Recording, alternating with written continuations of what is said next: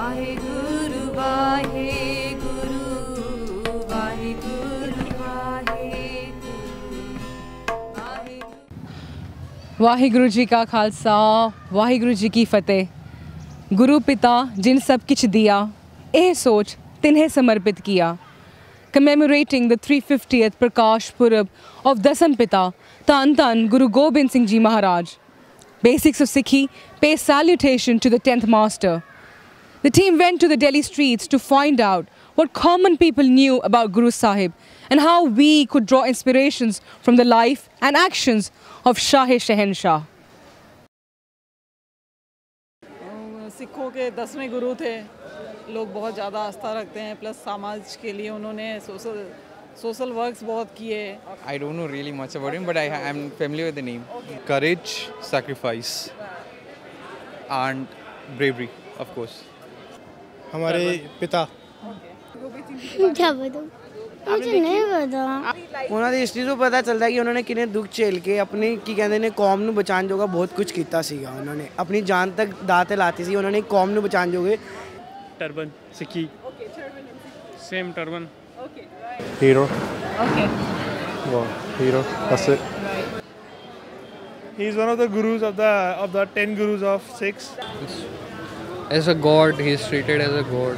Special चीज़ तो उन्होंने इतने बलिदान दिए, अपने बच्चों के बलिदान तक उन्होंने दिए, और इससे बड़ी स्पेशल चीज़ क्या हो सकती है? अपने आप को बलिदान कर दिया, और इससे बड़ा बलिदान क्या हो सकता है? सबसे ज़्यादा कीमती चीज़ तो जान है आदमी की, उन्होंने वही बलिदान कर दी। उसके बाद अपने बच्चों को सबसे ज़्यादा आदमी प्यार करता है, उन्होंने अपने बच्चों का भी बलिदान दे दिया धर्म के लिए, धर्म रक्षा के लिए। इससे बड़ा बलिदान और क्या हो सकता है? मानवता को बचाने के लिए उन्होंने अपने बच्चों तक की परवाह नहीं की, अपने जीवन की परवाह नहीं की, तो इससे बड़ा बलिदान और क्या हो सकता है? नमन करना चाहिए उनको, बार बार कोटि कोटि नमन ऐसे महापुरुष के लिए। He is a ritual guru.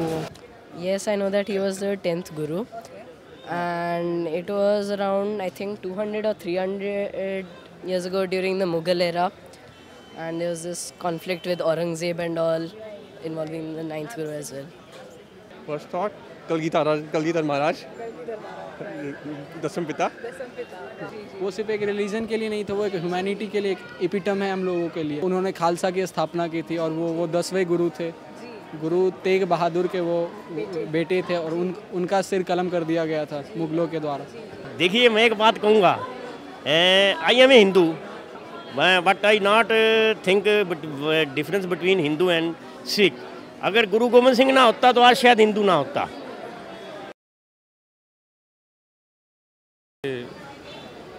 माछीवाड़े का जंगल, जैसे अपना सब कुछ राजा महाराजा होते हुए भी, दसम पिता होते हुए भी एक जंगल में कैसे सो रहे हैं, मतलब एक बिल्कुल जानवर सामने है, ये है वो, कोई एकदम निडर होके, एक ये क्वालिटी भी तो वो तो है ही थी। एक संत सिपाही सब So that balance, that interesting balance of कि ओ रब ਨੂੰ ਇਜ਼ਤ ਵੀ ਕਰ ਰਹੇ हैं, ਉਹ ਧਿਆਨ ਵਿੱਚ ਵੀ ਹੈ, ਉਹਦਾ ਧਿਆਨ ਵਿੱਚ ਵੀ ਹੈ, ਉਹ ਸੰਸਾਰੀ ਗੱਲਾਂ ਵਿੱਚ ਵੀ है ना, वो नाल लेके जा रहे हैं, प्रिंसिपल जी के दिखा रहे हैं। जी जी।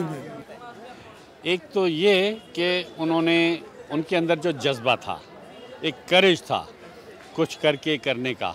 गुरु गोविंद सिंह जी ने अपनी एक जो फ़ौज तैयार की थी फॉर द प्रोटेक्शन, और उन्होंने यहाँ तक कि अपने बेटों को भी जंग में भेजा था इंसानियत की रक्षा के लिए।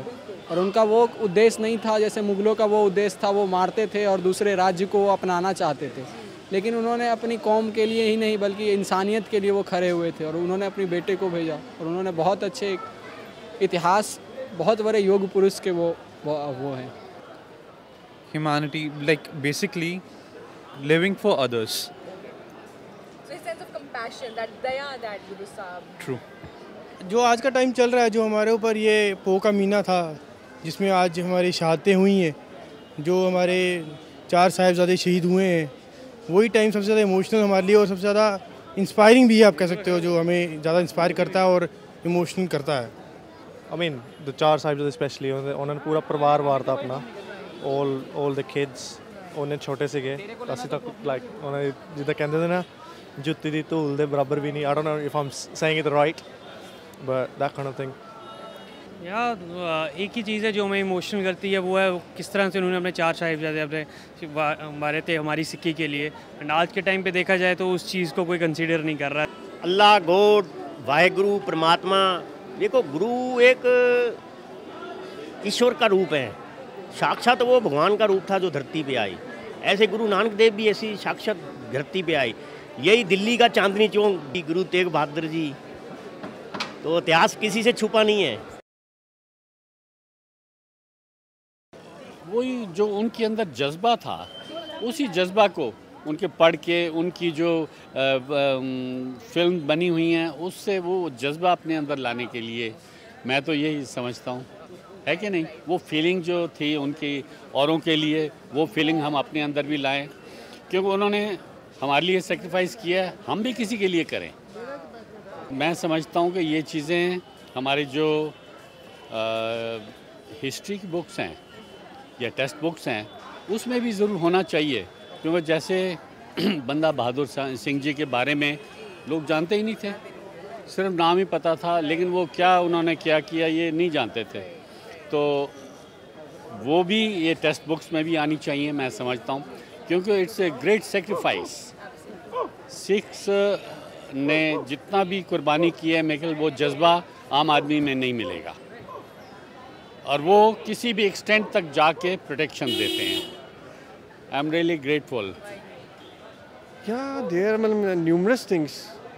Whatever he did was a lesson for Sikhism, not even Sikhism, not the world. So today, marking the 350th year, like a tribute to a father, what is it that one change that you would like to bring in your life from Guru Sahib's Jeevan? You know, getting inspired by their life, one change. If I can do any of one thing, any of the one teaching, if I could follow any of the one teaching, that'll be great. Man, what I am trying right now is to get Puran in my nickname, trying to do my nickname. I'm going to follow up my nickname. I'm trying my level best to do it. मैं अमृत नहीं छकिया and touchwood Waheguru ji मेहर करन, वाहिगुरू जी बरकत बख्शन। मैं बहुत ज़्यादा अपने आप ਨੂੰ कोशिश कर रहा कि मैं I should get baptise as soon as possible. मैं अपने आप ਨੂੰ इस टाइम मैं कहता मैं नहीं हाँ सिख, मैं चाहता मैं सिख बना, मैं अमृत छका। That is more inspiring. Showing the leadership, quality of trait. He is a great warrior, a spiritual guru. Whatever you learn, great lessons from him. If you try to learn.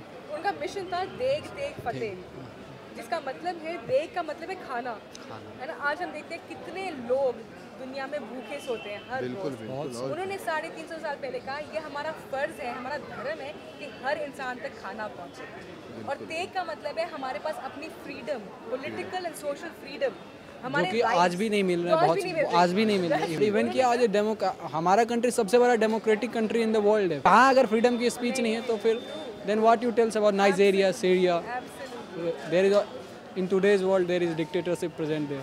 नहीं, उनकी लाइफ से हमें सबसे पहले सीख सकते हैं बहुत बड़ी। मैं मानता हूँ आज एक सोशल मेंटेलिटी हो गया, हम सिर्फ अपने लिए जीते हैं और सोसाइटी के बारे में कुछ सोचते ही नहीं है।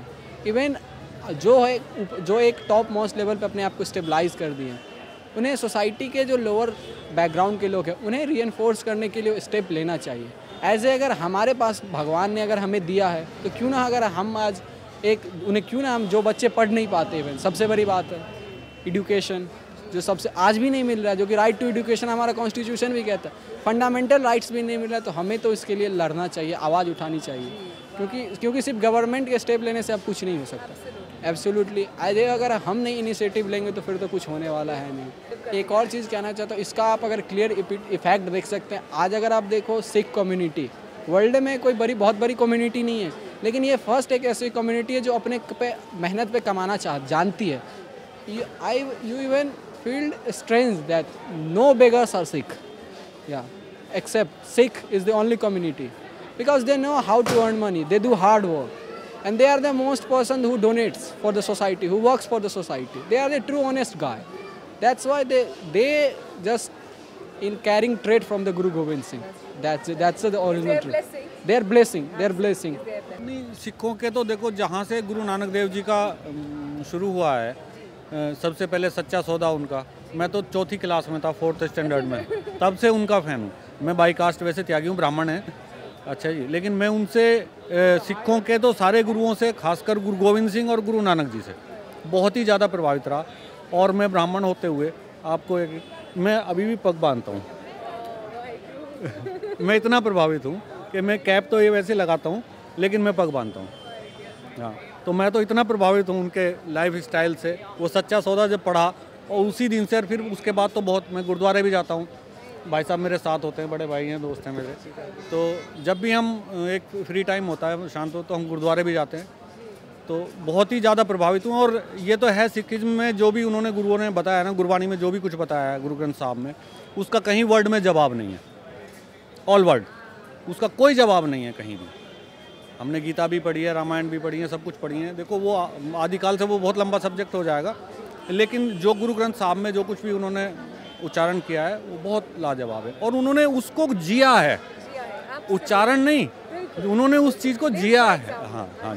It is incredibly moving to understand how Guru Pita are revered not just by Sikhs but by people of varied walks of life. Guru Sahib's actions and teachings were not just centered around the welfare of one community, but they truly lived the command of the one Creator who sent them on the mission of Deg Teg Fateh. Guru Sahib blessed the Khalsa in their own image and empowered the Khalsa to strive for Dharma. Today, we're all busy marking the celebrations, but we all need to pause and think. Have we let the Prakash into our life? Will there be any change in our life post the celebrations are over? Will we let Guru Sahib's shown path enlighten our lives, or will we continue to live with the darkness within and outside? As sons and daughters of Guru Gobind Singh Ji Maharaj, what will be our tribute to the Eternal Father, Guru Pita? Vaheguru Ji Ka Khalsa, Vaheguru Ji Ki Fateh. Vaheguru, Vaheguru, Vaheguru, Vaheguru, Vaheguru.